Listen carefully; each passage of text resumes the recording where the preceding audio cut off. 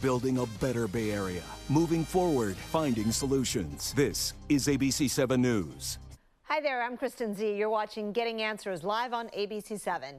Every day, we talk with experts about issues important to the Bay Area, and we get answers for you in real time. Today, who doesn't love the Rocket Man? Everyone loves Elton John, and his concerts this weekend at Levi Stadium will mark the last two concerts of the year at the home of the 49ers. We'll talk with the general manager of the stadium to get the inside scoop on how they're transforming the football field into a massive concert venue. Also, in the wake of dozens of Alameda County Sheriff's deputies failing their psychological exams and being relieved of duty, the state is taking a closer look at the psych exams of San Francisco Sheriff's deputies and Contra Costa as well. Our media partner, the San Francisco Standard, will be here to fill us in. But first, fentanyl deaths are on the rise among American teens, tripling in the last 3 years, according to the CDC. And last year, more than 770 Californians under the age of 24 died of fentanyl overdoses. This year, Bay Area victims include 18-year-old Caden Ross of Vacaville. But despite these tragic stories, are our kids being educated about the danger in schools? Joining us live now to talk about what's being taught and what's not being taught in California schools, Carolyn Jones, senior reporter for EdSource, an education-focused news outlet. Carolyn, thanks for your time today.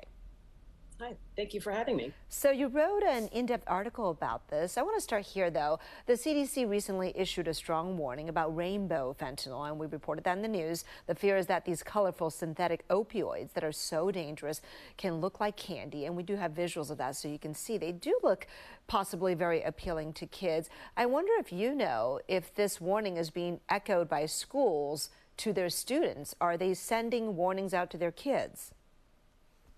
Yes, the state has asked schools to warn parents and students about this, especially with Halloween coming up, that, it's a particular concern. And then also, the recent spike in fentanyl overdoses. So, yes, it is of great concern. Okay, so then that leads us to the question, which is what you really looked into, is are the dangers of fentanyl and other drugs being taught at school? Well, it depends what school you go to, is what we found out. California has a very thorough, comprehensive, detailed health curriculum for kindergartners all the way through 12th grade, but only about 2/3 of middle and high schools offer that as a dedicated class. It's not required for graduation by the state. Some schools do require, but most do not. And 1/3 of schools don't offer it at all. So, yes, there's a lot of kids out there who aren't getting this information. I just want to make sure I have this right. You said 1/3 of the schools don't offer it at all. 2/3 do, but it's not mandatory. So it's voluntary for the students to take it, because most kids don't take voluntary classes. Yeah, it would be an elective. That's right. A handful of schools do require it, but most do not. The vast majority do not require it. Part of the reason is that, especially in high school, there's a lot of classes that students have to cram in there in order to qualify for UC or CSU. And so sometimes, it comes down to a choice. Do I take that extra year of Spanish, or do I take a health class? So right. I see. And when it is offered, did you say it was offered through special substance abuse classes, or is it part of health, or could it even fall under biology? Yeah, well, some schools have a dedicated health teacher who would teach this class, covering, a variety of health topics like nutrition, mental health, how to develop positive relationships, all manner of life skills that students would need. And then sometimes drug education is taught as a unit, in a biology class, or a PE teacher might take it on as a unit. Or sometimes school districts contract with outside agencies, and they'll bring in a professional drug educator to teach the class. But again, it really varies, and it's very inconsistent. The quality is very inconsistent. And so some kids walk away from school with a fantastic foundation in education about substance abuse prevention, and some don't get that information at all. Yeah, I mean, because you can get just a simple, hey, don't take it, it's bad, or you can learn some facts about what is a synthetic opioid, how does it work in your body, or it's 50 times more powerful than heroin. And, you know, like, I just wonder the inconsistency, right? It's in depth as well. Like, the inconsistency shows up in both the curriculum and the depth, right? Exactly. And the schools that do it well start in kindergarten, actually. I mean, they don't talk to 5-year-olds about, heroin, for example, but they will talk to 5-year-olds about the importance of putting healthy things in your body and, critical thinking skills and knowing don't accept things from, don't take candy from strangers, literally. And how to resist peer pressure. And they'll kind of build from there. And then by the time kids are in middle school or maybe late elementary school, 5th grade or so, they'll start talking about tobacco. And I think we all can remember being in middle school and seeing, the photograph of the lung, the healthy lung and the lung that's been damaged by tobacco use. Right. That'll be included. And then they'll move on to alcohol. And then by the time the kids are in, later middle school or in high school, they'll talk about more serious drugs and how it affects adolescent brain development and, mental health and, kind of long-term health issues caused by that. Do you have a sampling of how some Bay Area schools are approaching it? Well, I looked all over the state, so I don't have a ton about the Bay Area. I do know that some parts of the Bay Area have way higher rates of youth drug use than others. The more affluent areas have significantly higher rates. And so some of those school districts do offer more counseling and referrals and drug education than others. I mean, I think Piedmont, for example, Marin County have rates of youth drug use, which are triple the state average, according to the California Healthy Kids Survey. Right. And there's actually a link between affluence and the rate of use, which is higher in more affluent areas. That's interesting. But they are offered counseling and help, right? So what I'm wondering is also the counseling. Is that also inconsistent? And that is, even if, we talked about the education part, but what about just kids having access to people who can help them at school? Absolutely. And I actually interviewed a bunch of students for this article, and that's the one thing that they really mentioned over and over again, is that they wanted counseling. They wanted help. If they or their friends were having a trouble with drug use, they wanted some place that they can go where they weren't going to get suspended, they weren't going to be judged, they weren't going to get in trouble, but they were actually going to get support. And so schools that do this right have a very kind of open, like an open door policy to the counseling office. So any student can walk in at any time and say, hey, I think I don't want to smoke so much anymore. How can I get help? And the school should be able to help them, or refer, if it's a really serious problem, refer them to an outside agency for free, where they can get support and help. So yes, counseling is a big part of this. And the state has funded, since COVID, the state has poured tons and tons of money into youth mental health programs, including counselors. So school districts have lots and lots of money to hire counselors right now. So that's a good thing. Look, Carolyn, with the government, CDC, and also doctors everywhere really highlighting the fentanyl crisis right now, are there parents, educators, and other groups that are saying we got to do something to make sure the curriculum in our schools is everywhere, that it's uniform, and that, it covers things to the same level of detail? Oh yeah, well, I mean, health educators have been saying this for decades.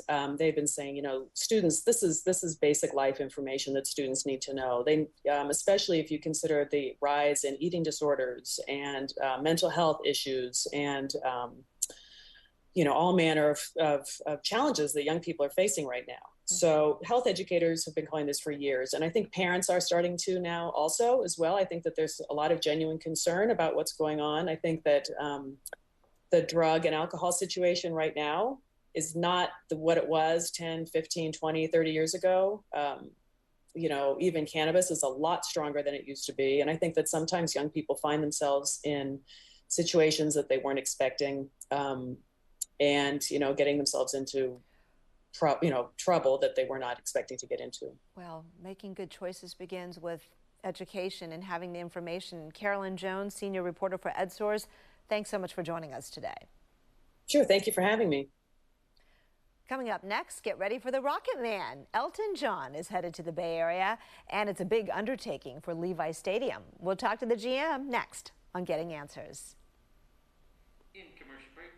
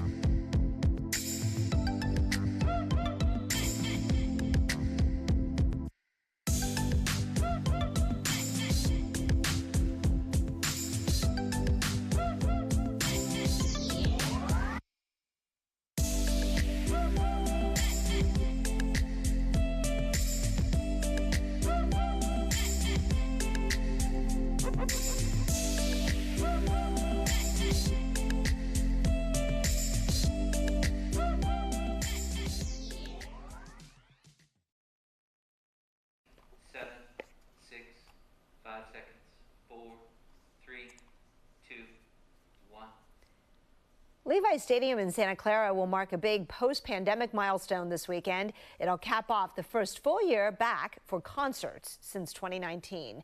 And it'll hit that mark in style, welcoming superstar Sir Elton John on back-to-back nights this weekend for his farewell tour. Work is underway right now to transform the stadium into a concert venue. And joining us live now to talk more about that is Jim Mercurio, Executive Vice President and Levi Stadium General Manager. Jim, thanks for joining us. My pleasure. How are you this afternoon? I'm doing well. I think you're doing better, though, because I anticipate you're going to go see Elton John. One exciting way to round out 2022, right? How many people are going to be there?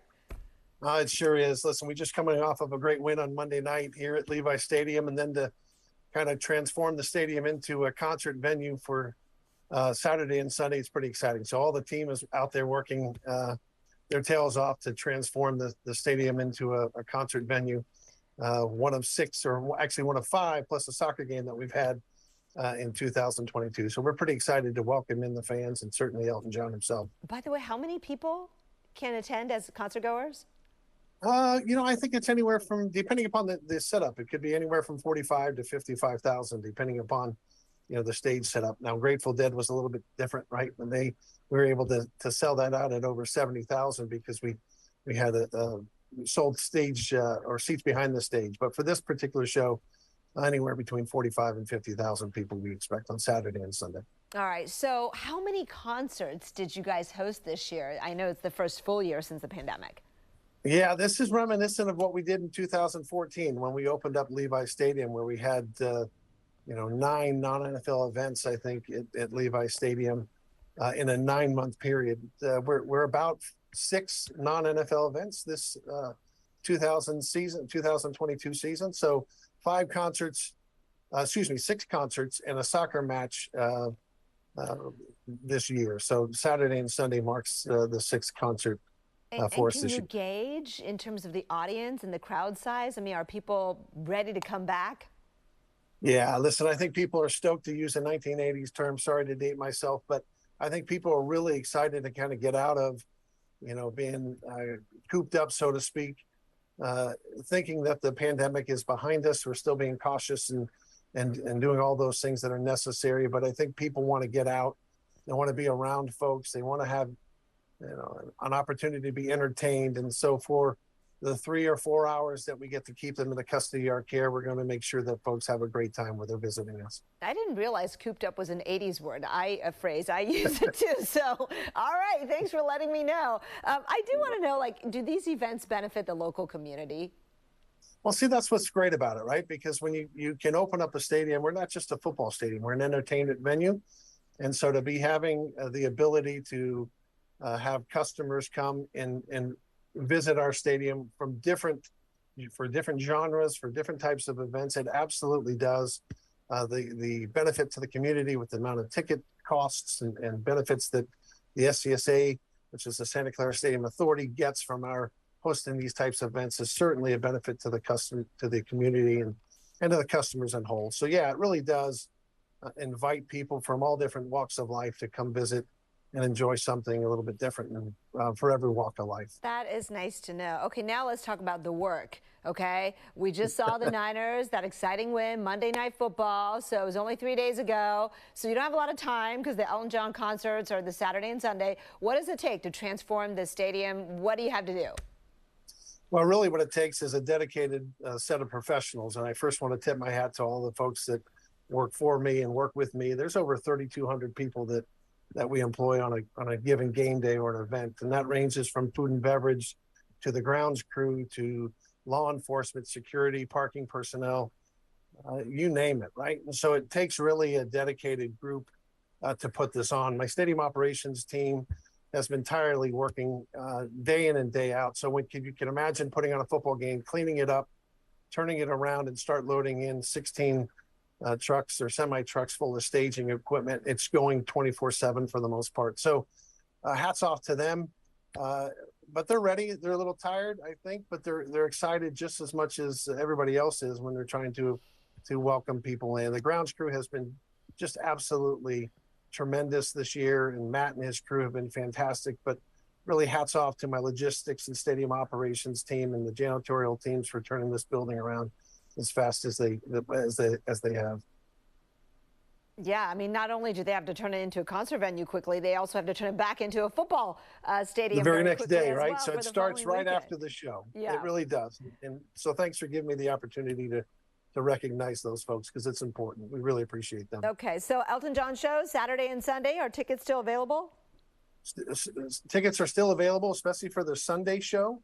A couple things that I'd love for people to do if you can arrive earlier. We've got the Great America's is open, so we've got the lot is shared between those folks. So we would say, hey, carpool if you can. Mm-hmm. Try to put your parking passes and your concert tickets, just like you got on the screen there. I appreciate that, into your mobile wallet. Everything's at a electronic ticket here, and so the quicker you can have that uploaded already, the quicker we can process you in, and you don't find yourself standing in lines. Take public transit if you can. Make sure you do review the public bag policy. There are no bags for this event. So if you can kind of keep that stuff in your car or with you at home, you'll have a great time. And lastly, what I'll just say is come early, enjoy yourself, follow the rules, please. Enjoy yourself. Don't overindulge, but come out and have a great time, and we'll welcome you with open arms. That is good advice. Okay, 2 quick questions. One, did you say no bags? Are those clear plastic bags okay that you can Clear see plastic bags, with the exception of a clear plastic bag. Thank you for clarifying that, for sure. Okay, because I did buy one of those on Amazon for like $9, so I just want to make sure. And then no opening act, so you don't want to be late, right? Yeah, no, listen, Elton John is who he is. He really doesn't need an opening act, but he does, and his team have asked us to push to come to the stadium earlier, get there in your seats at 8 o'clock for a prompt start, and he'll liven the crowd for a whole bunch of songs and great time.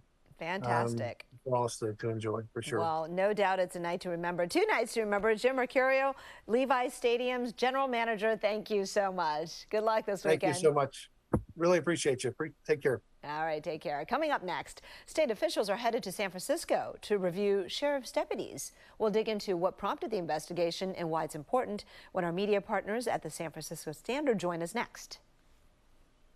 In commercial break.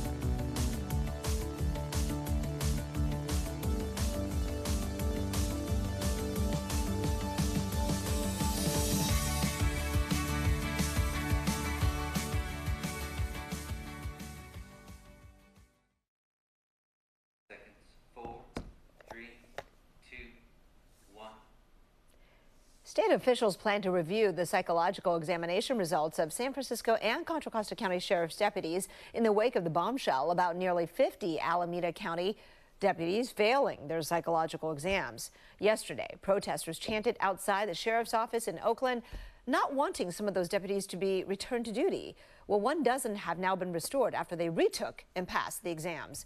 Our media partners at the San Francisco Standard have written an article about the state now expanding its review efforts to catch sheriff's deputies who may not be fit to serve. Joining us live now is senior reporter for the Standard, Jonah Owen Lamb. Jonah, thanks for coming on the show. Good to be here. All right, so tell us about the state agency that signaled that it wants to look into the ranks of several Bay Area sheriff's departments. So the agency is known as POST, and they license all police officers, that's deputies and police across the state. We've also learned, in addition to the story that you just put on the screen, that they're reviewing every agency in Contra Costa County, Alameda County, and San Francisco County for these problems with the psychological evaluations. And so back to 2016, they're going to see all police officers across this area that I mentioned, whether or not they pass their exams as well. So this is SFPD, Oakland PD, and all other agencies across these 3 counties. So it's really expanded beyond what we first reported. Wait, we're talking about thousands of peace officers then, right? Thousands. Yeah, thousands of officers, and we get to see whether or not the evaluations used by all these departments were up to snuff according to what the state regulation requires. The issue that happened in Alameda was they had been under the impression, which was wrong, that a certain benchmark was being used that could allow them to hire deputies. And that was not correct. So that's why those 47 deputies were relieved of duty. And now we get to find out whether or not the same mistake was made by SFPD, OPD, and a bundle of other law enforcement agencies across these 3 counties. Okay, in order to really understand why these psych exams are important, tell us what they're designed to measure. So these psych exams are meant to measure whether or not you're fit to be a law enforcement officer, and this includes a psychological background, oral interview, a test. They want to make sure that when you're out there being a cop and you're doing really stressful and dangerous work, that you're not going to crack under the pressure. At least that's one way of looking at it. The other way is making sure that you're not biased, to make sure that you don't have mental or emotional issues that would make it hard for you to do the job and or harm folks out there that you're supposed to protect. So this is a really important aspect of the hiring process for all police officers. They're known as peace officers. Mm-hmm. And if this isn't done right, you can get folks in the ranks who really shouldn't be there and don't belong there. And that's kind of why this is important. And this is why the crux of the matter is this kind of psychological background evaluation. And all the folks who were let go in Alameda were said to not be suited for law enforcement work. And if it's found that there are hundreds or more officers and deputies across these 3 counties who aren't suited to work in law enforcement because of the psychological evaluation, that's going to be a real big problem. Right. And there have been a couple incidents recently in which people kind of link that to, the fitness of the deputy involved. But I wonder about, how a quarter of the Alameda deputies have now been reinstated after retaking the test. And my question is, if this is supposed to measure your personality trait, those are not things that you kind of change suddenly, like you study for an algebra test and suddenly you can solve these problems. How does one get from not suitable to serve to almost being a different person and then being able to say you're suited for serving? And that's a good question. The regulations allow for a retest. So those folks are allowed to take a second test. Now, these are, I think, fairly subjective processes because there's lots of different factors that go in here. Like I said, there's an oral examination, there's a written test. So they're taking a lot of different pieces and putting them together and then making a call saying this person is suited or this person is not suited. Now, I haven't seen the test. I've read the manuals that say what the test consists of, and I've read some of the regulations, but every agency conducts the test differently, or they have an outside body do this test. So their assessment can be different. Again, I don't suppose that folks change, but second test is allowed. I mean, do want uniformity with this. All right, so how long will the state review process take? Because if you're talking about possibly thousands of officers being reviewed, if maybe a few hundred are taken off the streets, I mean, it's coming at a bad time when people here in the Bay Area are very concerned about crime and can't really afford to lose peace officers. Yeah, it's problematic because lots of these agencies need to hire a lot more officers and they're understaffed. The Post has not said to me when this is going to be completed. It seemed like they did a pretty quick job in Alameda, and so I think we should find out whether or not officers and deputies are going to be relieved of duty in these 3 counties fairly soon. At least I hope so, but I'll be following it to make sure if that happens, it's reported. All right, well, we'll check back in with you then. Jonah Owen Lamb with the Standard, thank you so much. Thank you. And you can check out more of the Standard's other original reporting on their website, sfstandard.com. And ABC7 will continue to bring you more segments featuring the Standard's city-focused journalism. We'll be right back.